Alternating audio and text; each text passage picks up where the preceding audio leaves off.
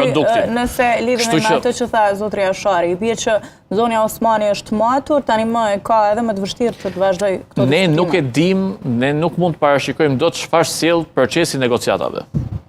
Pra, Lidhja Demokratike e Kosovës është transparente. Ka theksuar dhe përpara publikut, ka dalë përpara votuesit dhe pas procesit të zgjedhjeve, do të ulet në tavolinën e negociatave me 2 emra. Më pas, në vijim, mund të ketë apo jo emra të tjerë, këto e nxjerr procesi i negociatave. Pra, momentalisht jemi në këtë fazë dhe këtu jemi pikërisht në momentin në cilin thrasim hapat dhe thërritja e hapave nuk është e dëmshme. Sepse secila negociat ka hapat e saj dhe secili moment patjetër që është një hap i cili më pas thërret edhe hapin pasardhës. Pra ne nuk mund të themi sot në lidhje me hapin pasardhës apo me 2 hapat pasardhës. Ne në këtë moment jemi këtu dhe njëjtë si zoti Hamza që është kandidati i Partisë Demokratike të Kosovës, Lidhja Demokratike e Kosovës ka paraqitur 2 emrat e saj, lëvizja vetëvendosje dihet që ka zotin Kurti si kandidat.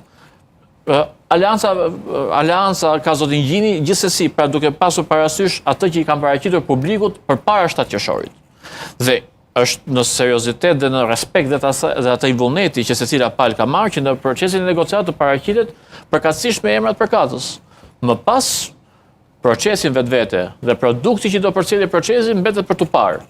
E rëndësishme është që të paktën nga Lidhja Demokratike e Kosovës dhe zonja Osmani në rastin konkret që ishte subjekt i kësaj dileme publike të përcjellë si rezultati i prononcimit të zgjedhjes, ka theksuar qartë emri i saj nuk do të jetë pengesë dhe nuk do të shërbej si një pengesë dhe si një moment ngjecjeje apo si një justifikim apo shkak që në një palë tjetër negociat përdori emrin e saj për të ngjesur procesin.